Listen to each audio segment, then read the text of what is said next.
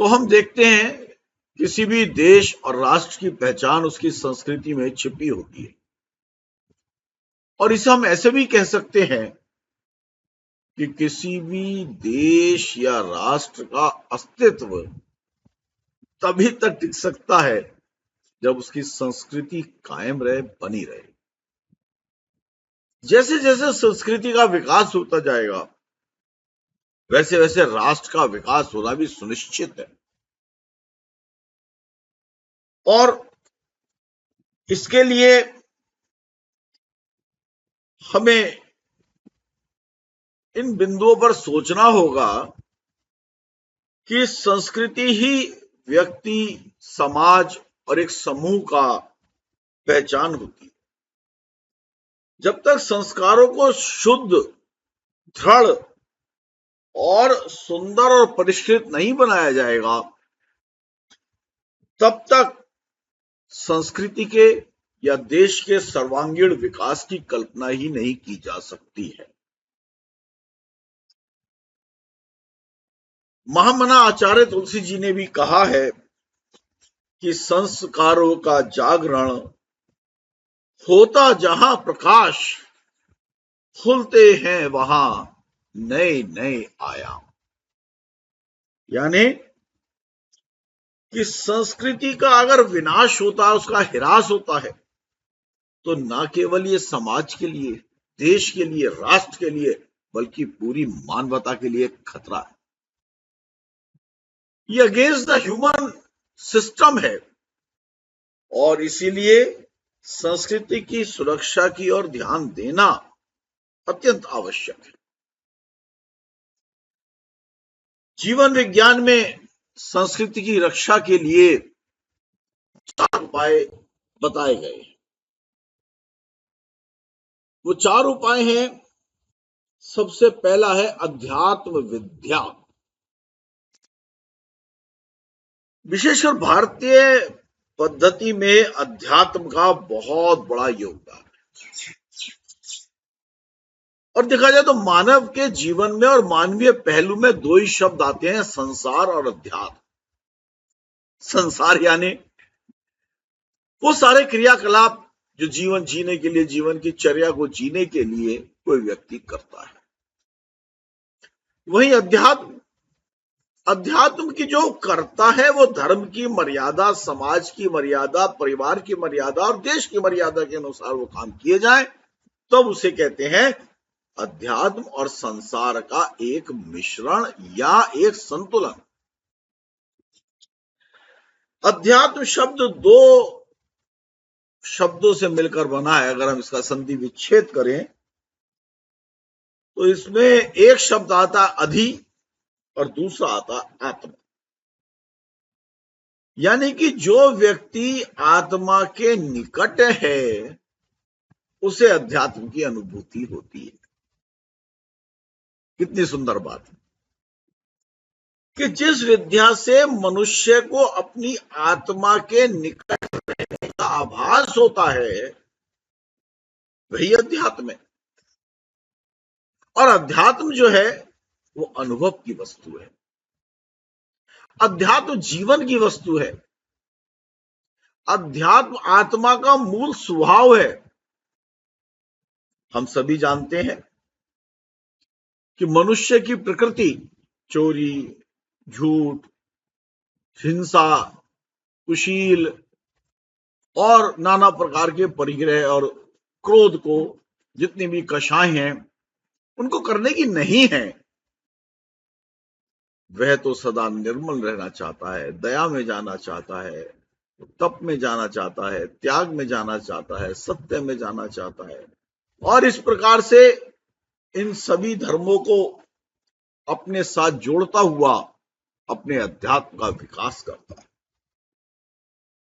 जो व्यक्ति आत्मा के निकट रहना सीख जाता है, यानी कि अध्यात्म की तरफ झुकने लगता है, बढ़ने लगता है, वो व्यक्ति कभी भी अनैतिकता, दुराचार, अराजकता या अत्याचार नहीं कर सकता। जो कि आज के युग में हमें लगता है कि बहुत आवश्यक है कि मनुष्य संसार से अध्यात्म की ओर जाए, भोग से त्याग की ओर जाए, इंद्रिय सुख से जिससे विकृति होती है उससे विराग की ओर जाए, अपनी आवश्यकताओं को न्यून करे, परमार्थ का चिंतन करे, मैं ही सुखी नहीं रहूं और भी लोग सुखी रहें, ऐसी भावना अपने अंदर विद्यमान करे। और जैसा मैं पहले ही कहता हूं, इसके लिए बहुत सुंदर संदेश तीर्थंकर भगवान महावीर ने दिया है कि जियो और जीने। आज हम जीना तो चाहते हैं पर जीने देना नहीं चाहते, और यही सारी मुसीबतों की जड़ है, और यही अध्यात्म से हमें दूर ले जाती है, और यही संस्कृति के ह्रास का एक बहुत बड़ा कारण है। अध्यात्म में जो सार्वभौमिक और शाश्वत मूल्य हैं उनका सर्वोच्च स्थान होता है,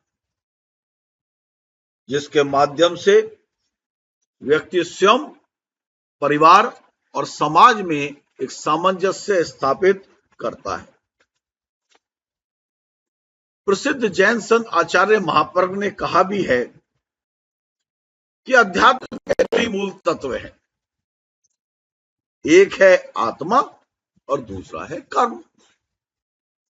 क्योंकि कोई भी कार्य आत्मा के द्वारा शरीर से किया जाता है उसे कर्म कहते हैं। अगर कार्य किया ही नहीं जाएगा तो मनुष्य तो फिर मृत्यु के समान है। करना तो पड़ेगा, कर्म तो करेगा, अच्छा करे या बुरा करे, चाहे मन से करे, वचन से करे, काय से करे, ऐसा नहीं है। व्यक्ति सोते सोते भी कर्म कर सकता है। उसके चिंतन में, उसकी आत्मा में जो एक विचार चलते रहते हैं वो भी तो एक कर्म का स्वरूप ही है।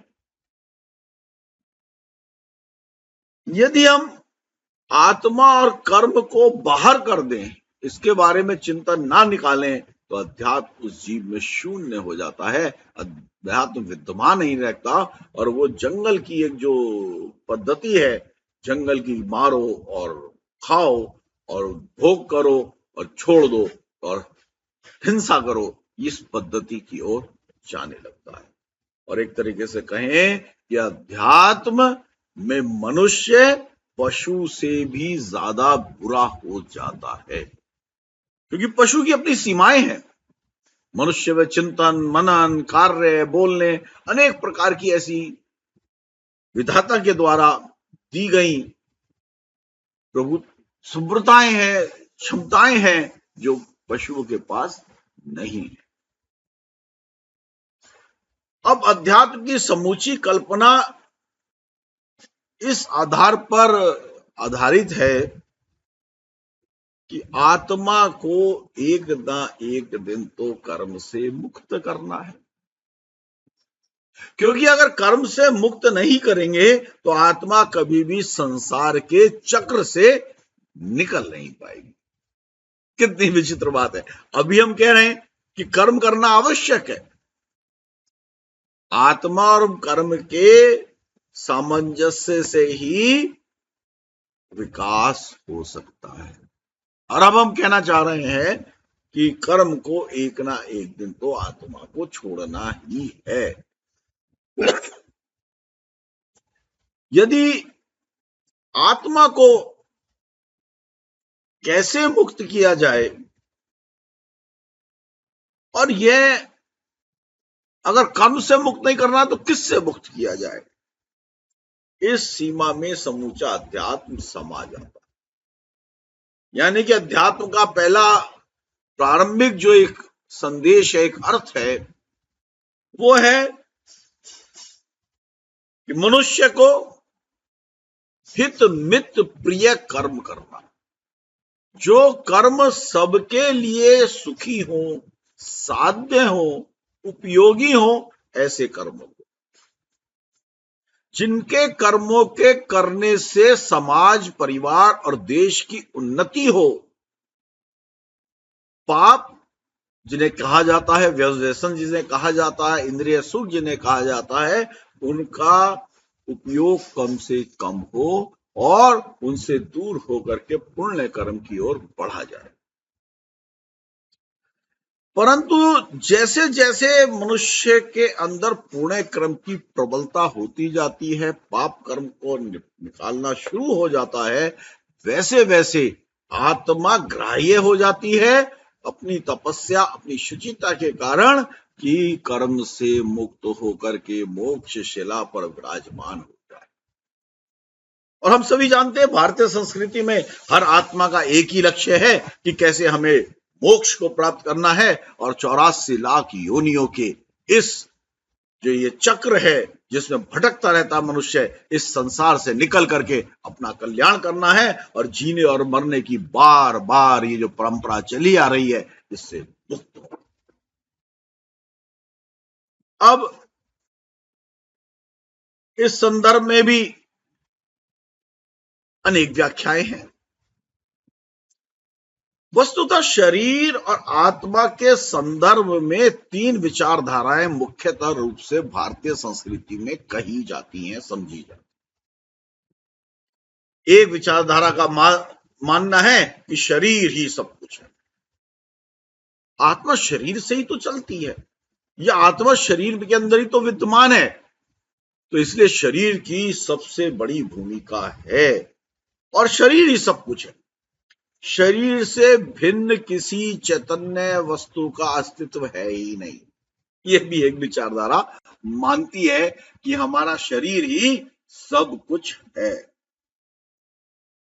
और इसी के एक ऋषि हुए हैं, चार्वाक ऋषि, उन्होंने कहा भी कि ऋण लित्वा घृत पीते, कि चाहे कर्ज भी लेना पड़े, पियो घी। घी का मतलब है आनंद भाव, चाहे कैसे हो।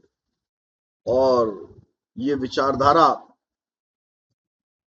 चार्वाक दर्शन के नाम से विख्यात है, जिसमें मनुष्य केवल अपने सुख के लिए, अपनी इंद्रियों को संतुष्ट करने के लिए और लौकिक शक्तियों को प्राप्त करने के लिए सारे यत्न करता है। ये भी एक विचारधारा है जिसे हम चार्वाक विचारधारा के नाम से जानते।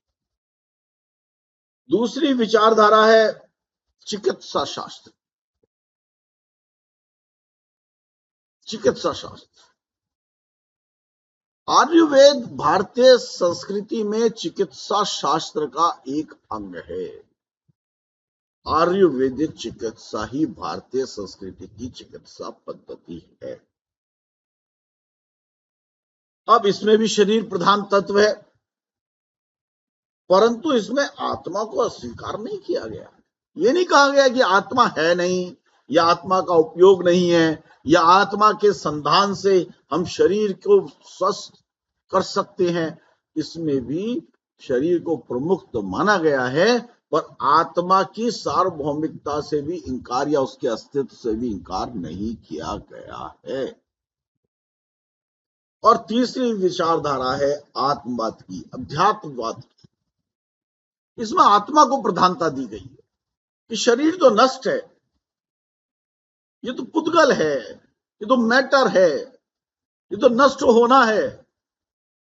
और जब ये नष्ट ही होना है, आत्मा को बने रहना है, तो किसको पुष्ट करें, शरीर को या आत्मा?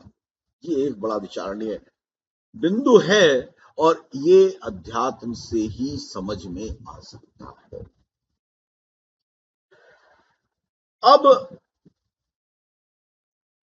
आत्मा जो है इस प्रकार से हम देखते हैं प्रधान है और शरीर गौण है।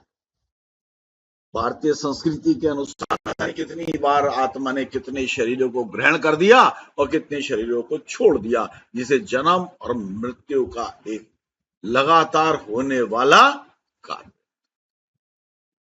जैसे हम जीवन में ना जाने कितने कपड़े पहनते हैं और कितने कपड़े पहन करके छोड़ देते हैं, ऐसे ही आत्मा ना जाने कितने शरीर धारण करती है और शरीरों को धारण करने के बाद छोड़ देती है। अब प्रसिद्ध जैन संत आचार्य महाप्रज्ञ ने कहा कि अध्यात्म के जो आधारभूत तत्व हैं, उन्हीं को अपना करके भारतीय संस्कृति के संकट को बचाया जा सकता। यानी कि रियलिस्टिक और मेटलिस्टिक, ये जो दो शब्द आज आ गए हैं, उन शब्दों को कैसे जिया जाए। संपत्ति तो हासिल करनी है, घर कोठी मकान फैक्ट्री दुकान तो बनाने हैं, गाड़ी घोड़ा तो चाहिए ही चाहिए, परंतु उसके साथ, इस रियलिस्टिक के साथ आत्मा का, सोल का कैसा संबंध हो, कैसी निर्लिप्तता हो, कैसी लिप्तता हो, ये अध्यात्म के आधारभूत तत्वों से ही समझा जा सकता है, जो कि जैन धर्म में बड़े विस्तार से बताए गए हैं, वर्णित करे गए हैं, और यदि उनको समझ लिया गया तो भारतीय संस्कृति की रक्षा की जा सकती। इसमें पहला जो तत्व है, वो सबसे बड़ा और सबसे प्रमुख तत्व है, वो है आत्मा। आत्मा देखा जाए तो आत्मा ही तो शरीर है, ये कैसे कह सकते हैं? क्योंकि अगर आत्मा निकल गई तो शरीर कुछ भी नहीं है।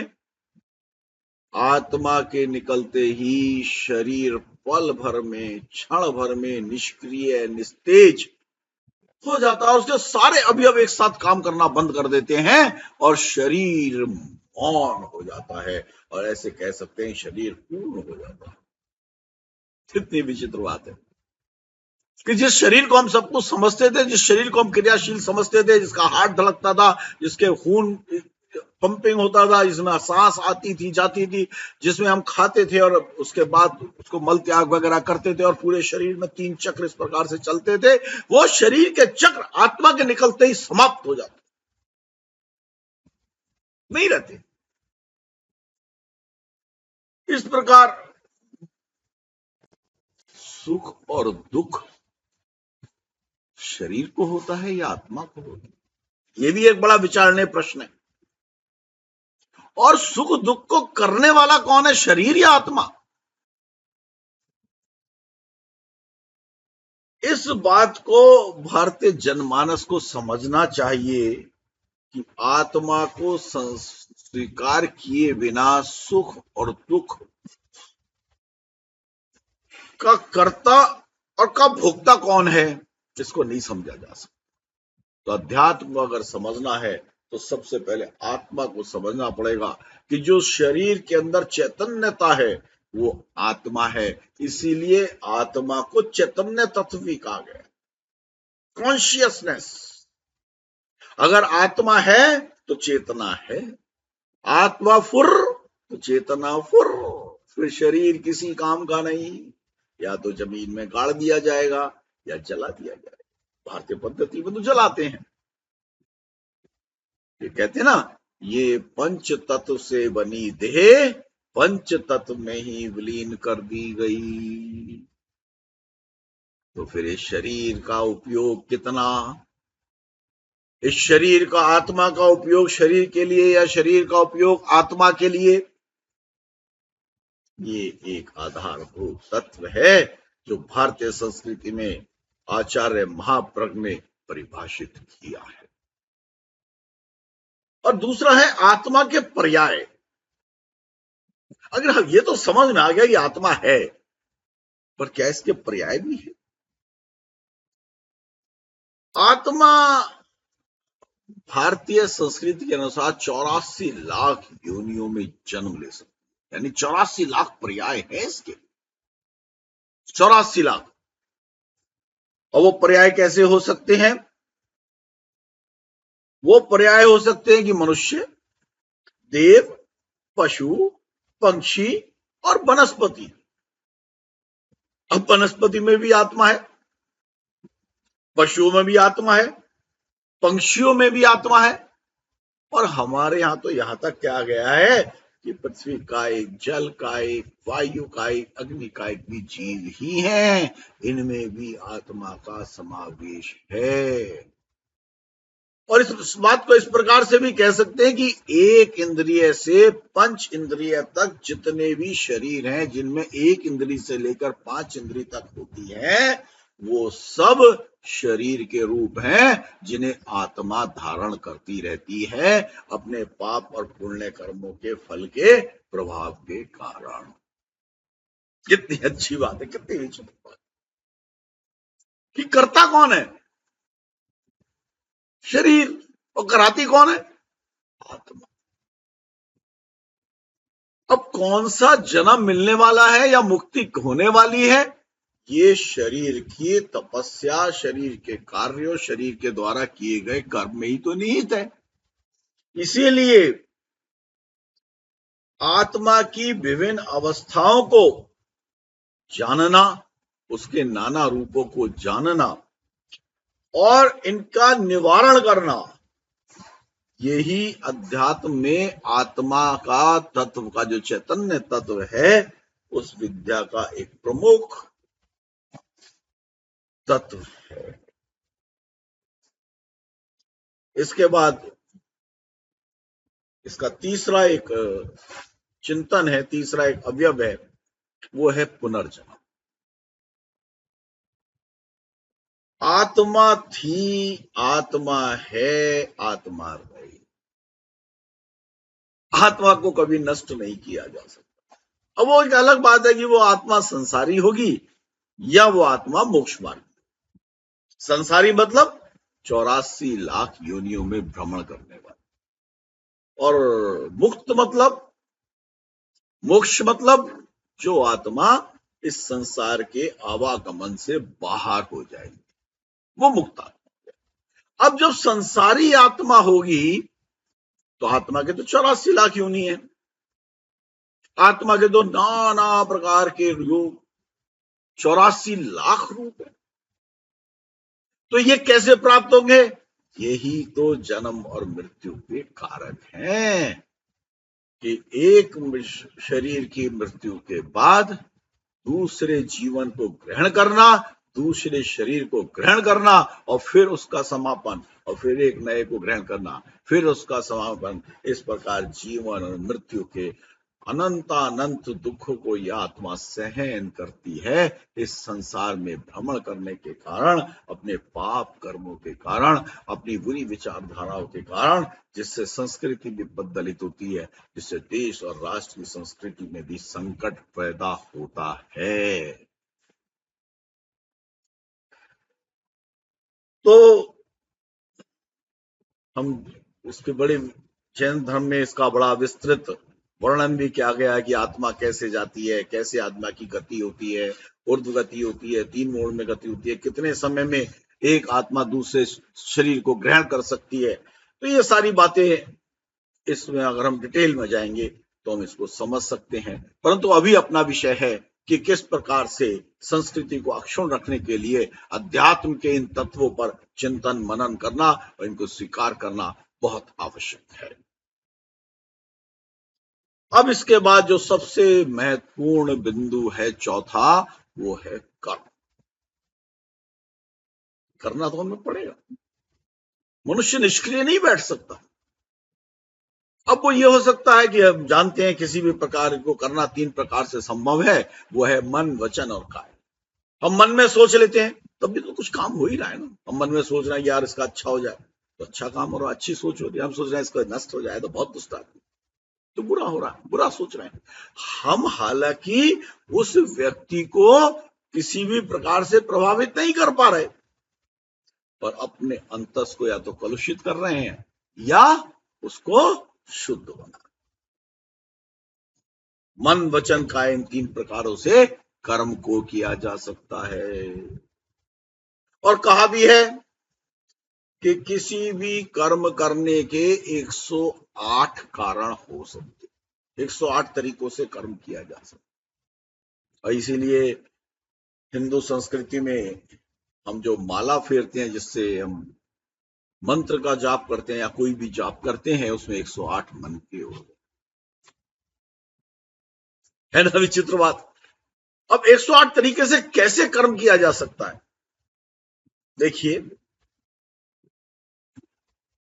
कर्म 3 ही प्रकार से किया जा सकता है, या तो कृत या कारित या अनुमोदन। कृत मतलब खुद किया जाए, कारित मतलब कराया जाए, और अनुमोदना का मतलब है अगर कोई कर रहा है तो उससे कहा जाए हाँ ये करो। और फिर आता है संभ्रम समारंभ आरंभ। संभ्रम का मतलब काम के लिए सोचना, समारंभ का मतलब उसके लिए निकलना, उसकी तैयारी में लगना, और आरंभ का मतलब कर देना। तो कौन से तीन हुए? संभ्रम, समारंभ और आरंभ। 3 तिया 9, ये 9 हो गए। और 3 प्रकार से कर सकते हैं, वो है मन, वचन और काय। मन से, वचन से और काय से। तो 3 तिया 9 तिया 27 प्रकार से, इस प्रकार से कर्म किया जा सकता है। अब 27 प्रकार से जो पाप कर्म किए जा सकते हैं वो केवल 4 चीजें हैं, 4 कषाय हैं: क्रोध, मान, माया, लोभ। या तो आदमी क्रोध के वशीभूत होकर के कर्म कर रहा है, या मान अहंकार के वशीभूत होकर के कर रहा है, या लोभ लिप्सा के कारण कर रहा है, क्रोध गुस्से में कर रहा है। तो 27 को जब हम 4 से गुणा करते हैं तो 108 आता है। तो किसी भी प्रकार के पाप कर्म को करने के लिए 108 प्रकार की हो सकते हैं, 190 प्रकार की व्याख्या की नहीं जा सकती। इसीलिए हम जाप 108 मन को से करते हैं कि हम इन 108 प्रकार के पाप कर्म से बचें, क्योंकि बिना कषाय के, बिना मन वचन काय के, बिना संभ्रम समारंभ आरंभ के, बिना कृत कार्य अनुमोदना के कोई भी पाप कार्य करना संभव ही नहीं है। इसलिए कर्म की प्रधानता है, इनसे बचना है। और कैसे बचना है? परिवर्तन के अनुसार, कि जो परिवर्तन हो रहा है वो क्यों हो रहा है, ये समझना पड़ेगा कि मनुष्य के बाद मनुष्य क्यों नहीं बनता, क्यों वो एक पशु बन जाता है, क्यों वो एक पेड़ बन सकता है, क्यों वो एक इंद्रिय जीव, कोई चींटी, कोई पतंगा, कोई बैक्टीरिया क्यों नहीं बन सकता, ये क्यों बन जाता है? तो उसका कारण है कि जब आत्मा शरीर से अलग होती है तो अपने साथ वो कर्म को बंधन के रूप में ले जाती है, शरीर यहीं छूट जाता है। और इस प्रकार से अगर कर्म साथ में जितने तीव्र गति से बंद हैं, जितनी सख्त स्थिति से बंद हैं, उतना ही आत्मा के संक्लेशित परिणाम होते हैं, और उन्हीं कर्मों के आधार पर या उतने ही उसके फलदायक परिणाम होते हैं, और उसी के आधार पर शरीर, ऐश्वर्य और नाना प्रकार की प्राप्तियां एक आत्मा को प्राप्त होती हैं। कर्म के नियमों को जानना इसीलिए बहुत अपेक्षित है कि कौन सा कर्म, किस प्रकार के कर्म व्यक्ति को कौन सी गति ले जाते हैं। हम जानते हैं ना, 4 गति होती है, मुख्यतः 4 गति होती है। एक देव गति, एक मनुष्य गति, एक पशु गति और एक त्रियंच नरक गति। देव बनना है, मनुष्य बनना है, पशु बनना है, या फिर नरक में जाना है।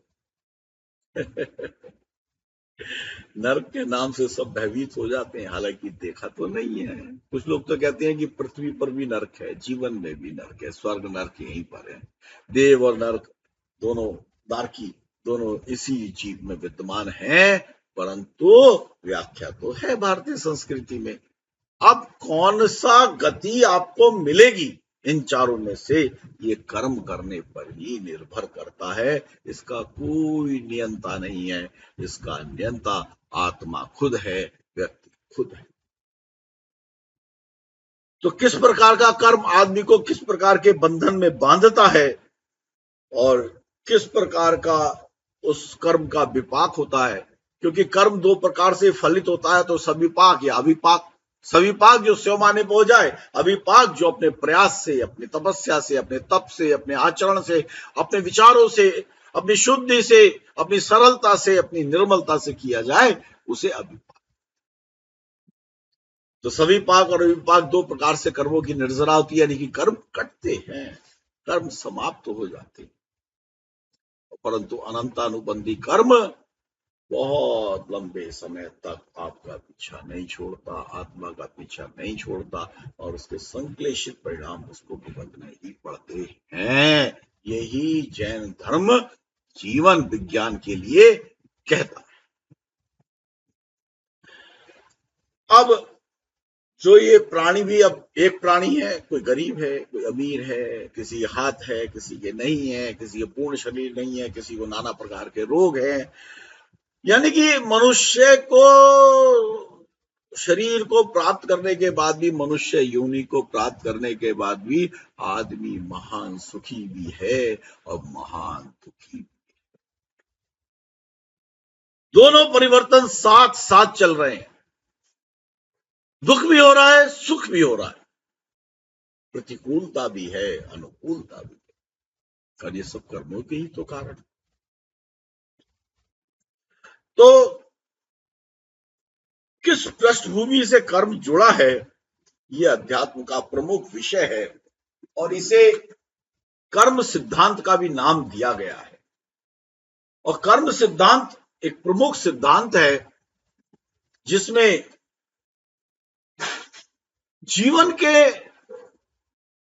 उस आचरण को समाविष्ट किया जा सकता है जिससे खुद का भी कल्याण हो, परिवार का भी कल्याण हो, समाज का भी कल्याण हो। और जब खुद का, परिवार का और समाज का कल्याण होगा तो देश किसी दीवारों का नाम नहीं, देश किसी धरती के टुकड़े का नाम नहीं, आखिर वो तो मनुष्य से बनता है, समाज से बनता है, परिवार से बनता है, और तब एक देश कहलाता है। व्यक्तियों का समूह तो देश है ना, उसके बिना तो किसी देश की कल्पना की नहीं जा सकती। कोई जमीन का टुकड़ा हो सकता है, देश नहीं हो सकता। अब इसमें एक पांचवा जो आधारभूत तत्व बताया गया आचार्य महाप्रज्ञ जी के द्वारा, वो बताया गया कि जन्म के नियम का ज्ञान होना अति आवश्यक है। जन्म क्यों, कहां, कैसे, ये पता होना अत्यंत आवश्यक है। शरीर शास्त्र में जन्म की पूरी प्रक्रिया बताई गई।